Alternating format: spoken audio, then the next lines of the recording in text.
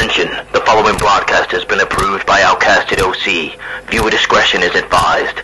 Incoming transmission in 5, 4, 3, 2, 1. What's going on, guys? Welcome back to Outcasted OC this week with another NXT review that I've got going for you. Before we get into it, I just wanted to say, can you please like the video if you do enjoy it, and also subscribe to the channel because we are growing and I want you to be involved. NXT this week, bit of a mixed bag. I don't know how I really feel about it, so I'm going to go through it and then we're going to talk about it at the end of what's going to happen next week at Heatwave, how this week impacted what's going on for the rest of the month in NXT, and where I think some people are going forward from that. So let's get straight into it. Opening match, we have an NXT Tag Team Championship match in which Stacks and Tony D defend their Tag Team Championship successfully against the Dyad. Now, there's a couple of things that happened here that was very interesting. So during the match, it was quite nice to see the Dyad getting back to their old ways, kind of like the GYV. Jagger Reed and Rick Fowler. I really like when they're allowed to go. It's just because they've got one of the best tag teams in the world on the roster, WWE, and they don't usually let them go the way they went this week. So that was nice to see. However, they do end up losing this match. There is a really cool spot here where Stacks goes to do a dive at the outside of the ring. He misses and kind of plows into the table, which is really, really... It looks kind of brutal, but it's really dope. Ivy Nile comes out. As we know, Stacks and Tony D last week came out to help Ivy Nile when the Dyad and the rest of the Schism were surrounding her. So she returns the favor this week because there's a lot of people at ringside. There's quite a lot of masked members of the Schism. And then obviously got Joe Gacy and Ava Raine always ringside watching the Dyad's back. So she comes down the ramp. The rest of the masked people go, or Ava Raine and Joe Gacy go to block her way. But there's two masked people there who grab hold of, I believe it's Rick Fowler, and it's like a rolling senton thing that to the outside of the ring. They attack him, they wear him down, they throw him back in the ring, only for Tony D to pin him 1, 2, 3 to retain the championships. Obviously, I think this is the Creed brothers. The rest of the Schism turn around and go, what the hell just happened? How have you just lost? We don't know what's going on. So there's more cracks in the Schism showing, guys, and the Creed brothers are still messing with these, messing with Jagger Reed and Rick Fowler. There's just going to be more tension going on, isn't there? I don't know if the Creeds are fully going to be coming back to NXT. In my opinion, I think that would be a bad idea. I won't lie to you. I think they should be moving up to the main roster. I mean, this storyline is all well and good with the Schism. That's absolutely fine. But this should not be a permanent stay on NXT for the Creed brothers. They are more than ready for the main event, as in the main event tag team stage. I would love to see them versus the New Day. I would love to see them versus the Usos, Sami Zayn and Kevin Owens. The Creed brothers could be absolutely phenomenal on the main roster, and I think it's time for them to either move to Raw or SmackDown. Next, we get, once again, Eddie Thorpe talking about his ancestors, talking about his Native American heritage, how he's going to channel his energy. This is not the last time we will see him tonight, but we will talk about him a little bit more when we get to that. There's two segments here, and I'll talk about both of them at the same time. One happens later on in the night, but I'll talk about them both now. Carmelo Hayes is backstage, signing autographs for people, to send off to fans and all that, because that's part of the job. That's part of being a champion. That's what he says. He's first confronted by Wes Lee and says, you're signing all these things. There's something that you're going to be signing later on tonight, and that is a contract for an NXT Championship match between me and you. As we know, the main event, or one of the main events, is going to be Dijak versus Wes Lee. The winner does get a NXT Championship match next week at Heatwave against Carmelo Hayes. Basically, Carmelo Hayes says, bring it on, basically. He says the exact same thing, really, to Dijak, who later on in the night confronts him also and says, it might not be time to sign the contract yet, but it will be soon when I beat Wes Lee. So Hayes has got, rivals. He's got enemies coming at him from each direction. So either way, I would be interested in seeing that match, Wes Lee or Dijak versus Carmelo Hayes. As you know, I love Dijak. I also love Wes Lee. So either or, whoever wins that match, I am absolutely down for. To be honest with you, that is a win-win for me. It's going to be a good match either way. It's going to be a hard-hitting match, to be fair, as well. I can't wait to see that. Have I missed anything out? I feel like I've gone a long time without talking about a match, but I know we had the tag team match, but I didn't realize there was this many segments between that match and the next one. We now go backstage to Chase U, where Andre Chase is talking to Duke Hudson, talking about how he has got Thea Hale a match with JC Jane. Thea Hale obviously is mad with Andre Chase. She's not happy with him ever since he threw in the towel in that submission match against Tiffany Stratton. She still holds a grudge against Andre Chase. She walks up and says, what's going on? Chase basically says to her, I've got this match against JC Jane for you, just to work out some of the anger, to work out some of the tension. Thea Hale, should I say, says, that's absolutely fine. Just don't throw in the towel again like he did last time. I was like, ooh, burn. Duke Hudson then turns around like to stand with Thea Hale and goes, yeah, Andre, why did you throw in the towel? Just like absolutely flip-flopping on the fence. It's really funny to see. You get a situation then where Thea Hale then walks away. Duke Hudson stays there and Chase is like, what the F was that about, dude? Like, what did you do that for? And he was like, why did you throw in the towel? Like, and then he goes to chase Thea Hale. I thought that was really funny. Like, you can tell that Duke Hudson is trying to play both sides. You can also tell that he might be vying, and been saying this for a couple of months now. He is vying for the top spot at Chase University. He wants to take over the university. He wants to oust Andre from that top spot. I don't know when that's going to happen, but that's going to be a rivalry I'm 100% down for. I have been invested in Chase University ever since it started. I just think it's so good. I just think it's so funny. I love the backstage segments that they have when he's talking about, when a certain pay-per-view's coming up, let's say like Survivor Series or the Royal Rumble. I love it when Andre Chase gives tests out to all of his students and then he absolutely balls at them. I think it's very funny. I thought it was an interesting direction when Duke Hudson first joined Chase University, seeing as though he had that really weird gambler gimmick. It was so weird. It was so strange. I didn't get that gimmick. So I thought it was a change in direction. There's a sense of, I don't really ever want it to end, and I kind of want Chase University to go to the main roster, but I don't think it's going to survive NXT, unfortunately, which is a shame to see, but it is what it is. You can't have everything you want, can you? Speaking of can't having everything you want, Dana Brooke comes so close to beating Blair Davenport in the next match, but she falls short, unfortunately. Dana Brooke is very, very frustrated, as we saw last week. She is trying to develop a killer instinct. She's trying to show Kalani James that she has that killer instinct and she wants to show her how to get there. So she's got a match with Blair Davenport here. She's quite impressive in this match, to be fair, Dana Brooke, this week. It's a very, very one-sided affair for most of this match where she is beating the holy hell out of Blair Davenport. However, it gets to the point where she throws Blair Davenport into the stairs and then she goes to use the stairs as a weapon. Kalani James stops her and says, what's going on? You're going to get disqualified, basically. And Dana Brooke's like, what the hell is your problem?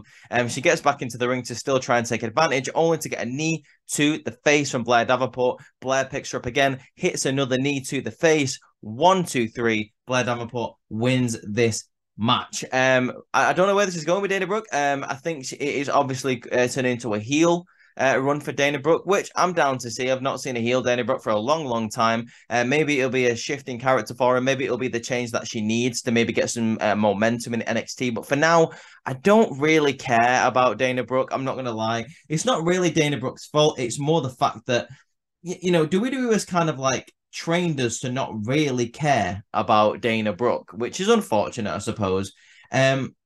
The next match, guys, we've already talked about Dijak confronting Wes Lee, Carmelo Hayes, so I'm gonna, skip that. We now have a match between Trick Williams and Drew Gulak, which was teased last week when Trick Williams was confronted by Wes Lee in the parking lot and says, tell your mate that I'm basically going to beat Dijak next week. And then he turns around into the team of Kemp, Dempsey, and Gulak, who talk about how he holds Carmelo Hayes' purse. So Trick Williams then challenges one of them, Gulak, to a match this week. Trick Williams runs into interference when Damon Kemp and Dempsey get on the side of the ring and try and interfere, try and cost him the match. But he does end up beating Drew Gulak for the victory. It was a very, very quick match, to be honest with you, but I'm absolutely fine with that because it served its purpose. It serves the momentum for Trick Williams. Next week, as we know, he's going to be fighting Ilya Dragonov at NXT Heatwave. There's a really funny moment here where where Trick Williams like gets out of the ring and he's talking about what's going to be happening next week and what he's going to be saying to Ilya Dragunov and how it's going to go down. Like, you know, he's going to bring the fight. Like, you may be the you may be the Mad Dragon, but I'm going to be dragging that ass all over NXT Heatwave next week. I just thought it was a really funny line from Trick Williams. He's really good at sort of improvisation. I've noticed, which is really, really cool to see. I think he's got a bright future ahead of him, and I hope that him and Carmelo Hayes come back to be Trick Mello again, just because I think that would work really well on the main roster. To say if Carmelo Hayes went up, I would like Trick Williams to go with him, not to be like the mic guy, because Carmelo Hayes is great on the microphone, but to be like the hype man and also to maybe be like a tag team partner or just his partner in crime. They both work really well together. Don't really see the need in breaking them up. Bring them up to the main roster together when the time comes. I think that'd be great. We now get a really, really great segment here. And for me, this is the segment of the night. Baron Corbin comes out to the ring and basically calls everyone in the back soft bitches, which is cool. He said he can finally talk about the way he wants to because he's not pretending to be anything. He's just himself. So that's the benefit of being himself. He can say whatever the hell he wants to, which is I'm really down for it. If this is if this is how he's going to be acting, I'm absolutely down for it. He said he's going to be taking his place back into the main event. He's not going to be changing NXT because he doesn't really care about that. He just cares about himself, and himself deserves to be in the main event of WWE. Robert Stone then comes out and says, "Did you really just call? Are you really bullying everyone in the backstage? Did you just call them all soft, Corbin?" Corbin then turns around and says, "At least you're not dressed like a like kind of a discount Happy Corbin this week. You got your suit sorted out." Von Wagner obviously comes out with him. Baron Corbin is basically saying, like, you know, can Von Wagner speak for himself, Robert? You always have to speak for him. Listen, Von, if you're going to get anywhere in this business, then you're going to have to learn to speak on the stick, or else you're going to be in NXT for the rest of your life with security on the front of your t-shirt. You're going to go nowhere, basically. Really good promo here from Baron Corbin. Like, I always forget how good Baron Corbin is on the microphone when he's given time. He said, "Look at me. My first time on SmackDown on Fox with 4 million people watching, I went one-on-one on the microphone with the greatest of all time, The Rock. That's what a main eventer does. That's what a superstar does. And that's why I get paid the big bucks." Von Wagner then, to be fair, does take the microphone from Robert Stone and says, "Yeah, maybe I don't talk enough, but maybe you talk too much." I love this bit from like Von Wagner that he's actually standing up for himself. I just think it's really cool. He turns around and says, "Next week I've got a table for one. We're going to book the reservation for you." So basically that's Von Wagner challenging Corbin. He says, "I'm heading up the ladder in NXT and your ass is in my way." They then break out into a fight. Von Wagner is about to put Corbin through the table, but the security come out and kind of break it up. The crowd are chanting, "Let them fight. Let them fight," which I absolutely agree with. I can't wait to see this match later on next week. It's going to be really cool to see. Later on backstage, we see Baron Corbin like walking out of the arena. He gets confronted by Bron Breakker, who says, "You know, I know you've got a beef with Von Wagner, but I wasn't finished with him." And then Corbin, to be fair to him, turns around and says, "He looked like he was finished with him when he put your ass through a table." And then Bron Breakker's like, "Oh, that's fair, okay, but I haven't forgotten about you." Corbin says, "Listen, you might intimidate everyone and everyone in the locker room, but I'm not anyone and I'm not everyone. So maybe this is a future rivalry between Corbin and Bron Breakker, heel versus heel." Absolutely down for that. That would be really, really cool to see. We then go backstage where Rhea Ripley and Dominic Mysterio issue a challenge to Lyra Valkyrie and Dragon Lee for next week at NXT Heatwave. Basically, Rhea Ripley is talking to Dom and saying, you know, you showed last week why you're still the greatest North American champion of all time.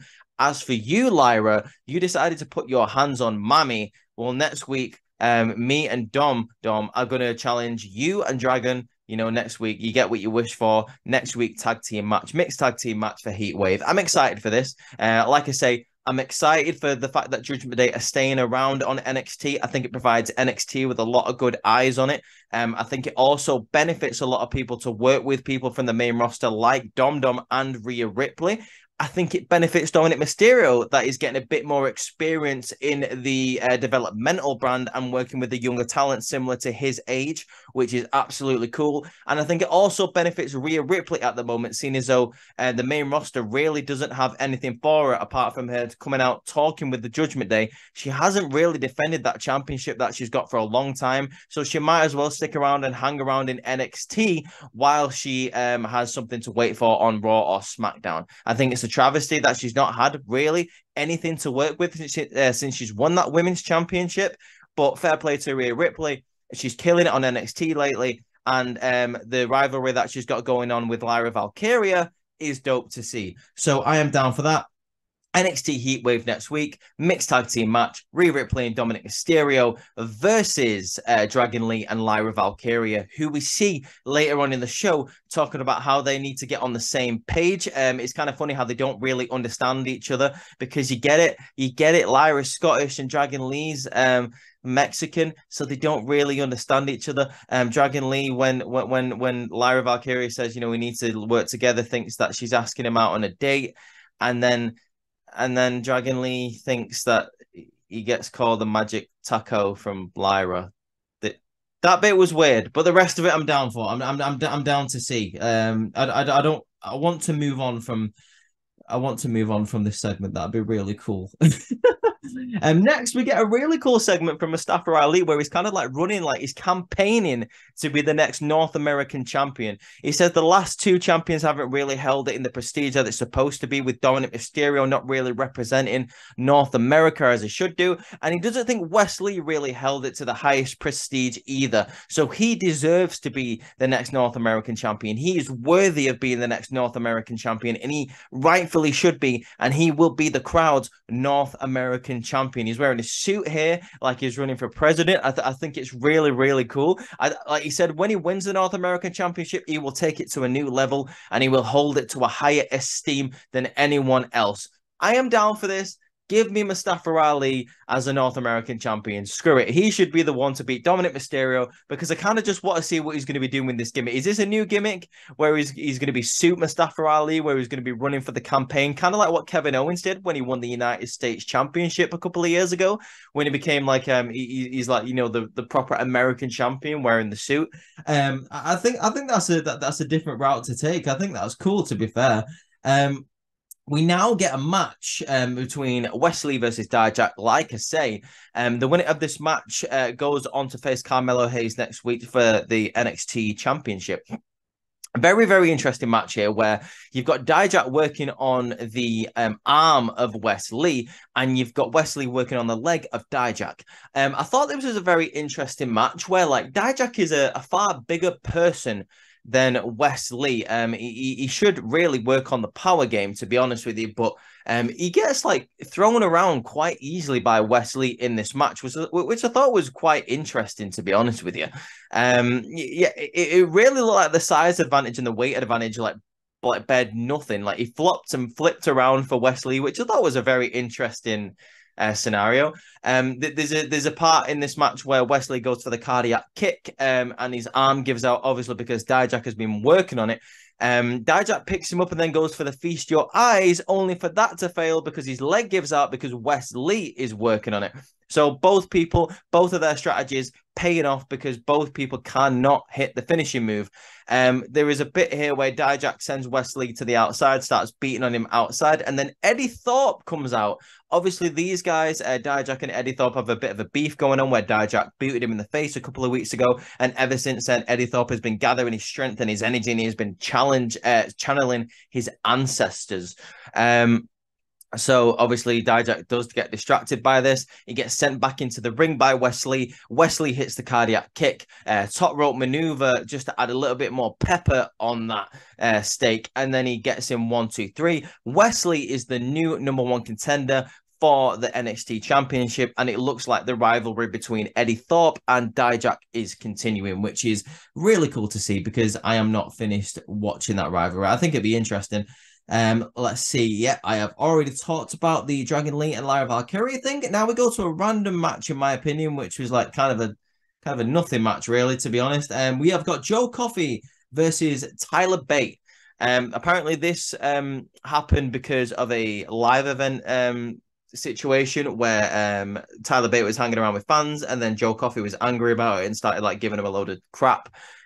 This match is not really anything to it, to be honest with you. There's a couple of cool moments here from Tyler Bate where he hits his standard moves, like the standing shooting star. He does the airplane spin. There's some really nice moves here from Joe Coffey. A couple of really nice power moves, a couple of good suplexes here. Joe Coffey needs a bit more time in the ring as a single star. I think the rest of Gallus get the spotlight and he doesn't really get anything, which is not really fair in my opinion. But this match comes to a screeching, nobody's naked, don't worry, I meant to say screeching halt when Dabba-Kato comes out of nowhere and starts beating on Tyler Bate. He also goes for Joe Coffey, but the rest of Gallus drag him out the ring before Dabba can get to him. Dabba-Kato hits the it's like two-handed choke slam, which almost also uses. So I don't know if it's Dabba-Kato having a problem with Tyler Bate specifically, or it's just him making a statement.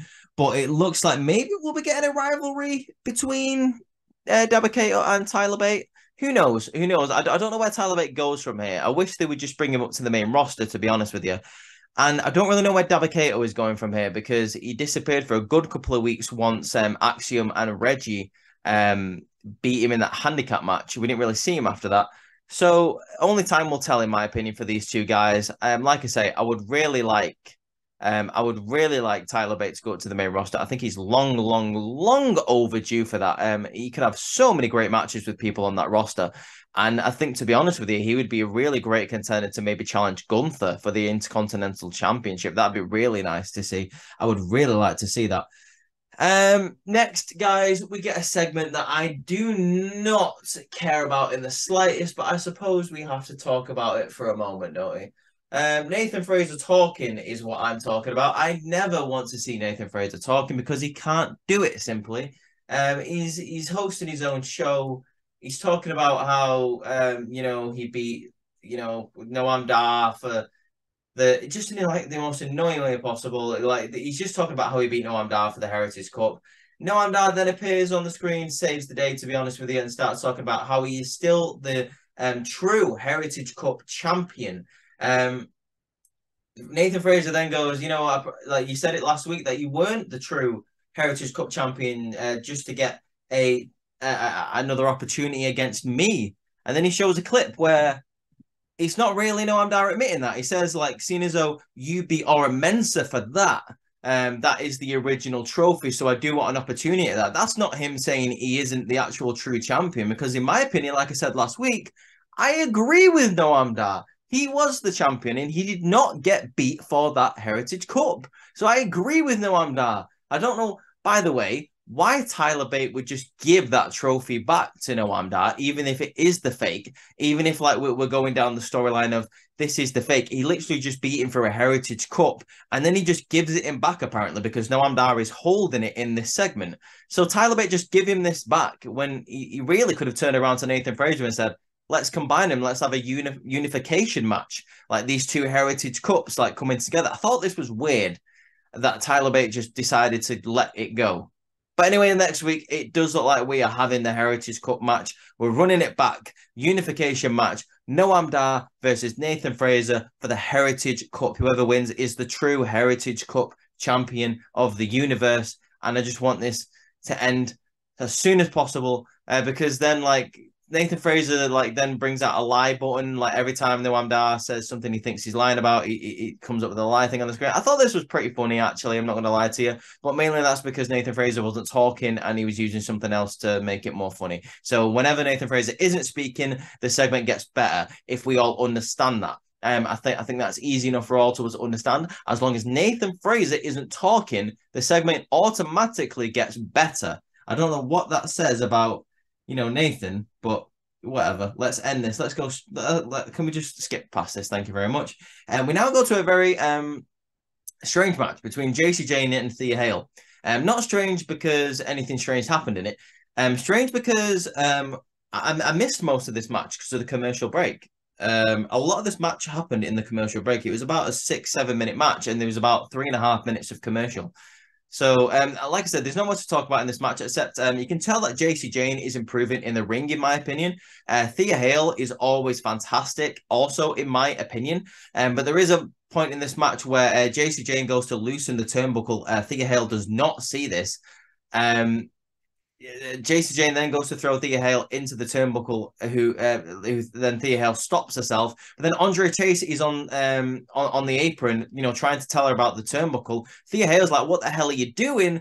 She gets distracted by Andre Chase into a roll-up, and Jacy Jayne beats Thea Hale. Thea Hale is absolutely furious. There is more tension in Chase University, and it's just getting worse and worse for Andre Chase because he keeps costing Thea Hale the matches, and he was the one who got Thea Hale that match. So whoopsie daisy, I suppose.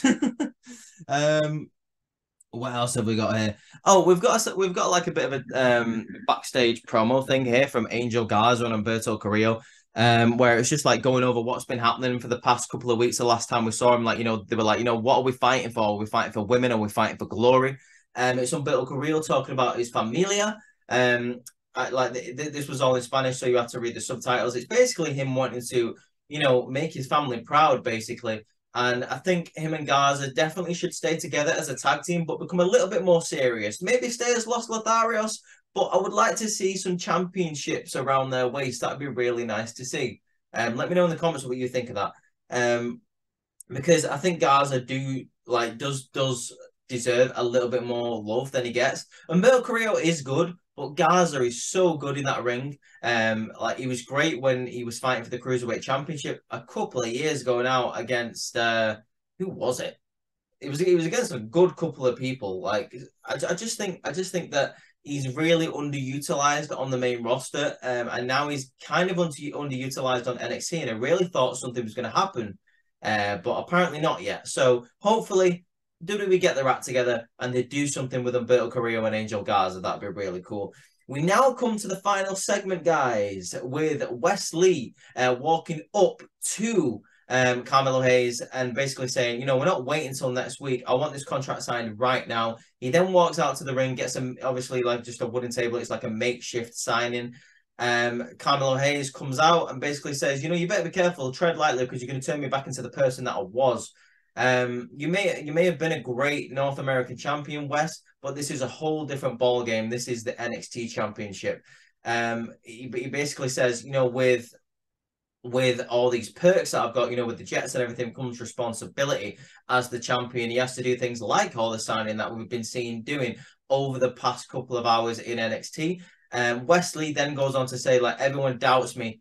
Everyone didn't think I was going to be a single star. When I was in the military, when I said I was going to try out for wrestling, they all thought I was joking. They all thought I wasn't going to make it because of how I looked and the size of me. When I came to NXT, I did become a 2-time tag team champion. And then when I lost my partner, everyone said I wasn't going to be a single star. And then I went on to be the greatest North American champion of all time. Carmelo Hayes says, I feel you. 90% of that was true. But when I was North American champion, I made it prestigious again. And I put on bangers for these people, not once, but twice. Wes Lee does say something interesting there where he says, I beat you for the North American Championship, which isn't true. Wes Lee did not beat Carmelo Hayes for the championship. It was Solo Sikoa who then had to give it up, and then it was put up in a ladder match. So I'm not sure why Wes Lee said that, to be honest with you. I thought that was a weird line. But to be fair, Carmelo Hayes does correct him. He says, you didn't beat me for this championship,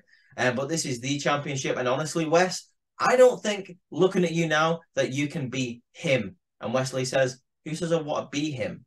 But I am going to beat you next week because you will doubt me. He then basically jumps on the table and says, I'll see you next week. Carmelo Hayes signs the contract. We are getting an NXT Championship match next week at Heatwave, guys. Wes Lee versus Carmelo Hayes. I cannot wait for this match. It is going to be absolutely phenomenal. These two people, I can just tell already, if they are given a bit of time, have amazing chemistry in the ring. I cannot wait to see it. Heatwave is looking to be a very, very interesting card, guys. Already we've got a mixed tag team match with Lyra Valkyrie and Dragon Lee taking on Rhea Ripley and Dominic Mysterio. We have got a Heritage Cup match with Noam Dar versus Nathan Frazer, which is really good. I give Nathan Frazer a lot of crap on the microphone, but he's phenomenal in that ring. We are also getting a great match here between Von Wagner and Baron Corbin. I'm interested to see how that turns out and how Baron Corbin is going to go ahead in the future. I'm assuming Braun Breaker may be getting involved in that match and maybe costing Corbin the match, leading on to a rivalry between those two people.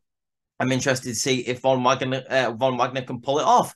And if he does, where's he going in the future? Because now, obviously, Von Wagner is a face. Is he going to be moving up that card? Is he going to be challenging for the North American Championship? Maybe. That would be really cool. I can see a rivalry between Dom and Von, where Dom obviously like he's bullying him and picking on him because he's like the dirty Dom heel. That would be really cool. We are getting a women's championship match, I believe, next week. And I, for the life of me, I cannot remember who the #1 contender is. I'm not going to lie to you. I'm pretty sure there's a women's championship match next week, but I'm not 100% sure. But then, obviously, we're getting Hayes and Wes Lee again, guys. It's going to be great. I cannot wait to see that match. But as far as this week's NXT goes, I thought it was, like I say, a bit of a mixed bag. I thought there was a lot of nothing matches that was going on. It was kind of the go-home show, I suppose, for Heatwave. So, you know, like, we didn't get to see much of Trick Williams, but at least we're seeing him next week against Ilya Dragonov, which is also going to be another great match. I'm interested to see what's going on with the Schism. But, like I say, it was just a bit of a nothing episode for me. Story was progressed, but in the most uninteresting way possible. But, you know, not every week can be a banger. Not every episode of NXT is going to be a banger. But I still enjoy covering it for you guys. Anyway, and I hope that you have enjoyed listening to me talk about this week's NXT. If you have, guys, leave a like on the video. Subscribe to the channel. Outcasted OC is on all of your social medias. Go follow us on Instagram, on TikTok, and on X, a.k.a. Twitter. But most importantly, guys, once again, I hope you've enjoyed the video. Go follow all of us on our individual accounts as well, that being me, Lauren, Courtney, Ross, and G. Stay tuned tomorrow for the ladies of the channel. They are going to be doing a women's only episode. We are going to be having special guests of Wheezy and Jasmine talking about women's wrestling. That's going to be absolutely phenomenal. So you won't see me this week on the podcast, but I will be watching and I will be looking forward to it. You will be seeing me next week covering NXT Heatwave, so look out for that. You'll be seeing me all over the TikTok channel, guys, because I'm going to be posting some videos this week. But for now, I hope you have an absolutely fantastic Wednesday. I hope your week goes really well. I hope you enjoy the podcast tomorrow, and peace out.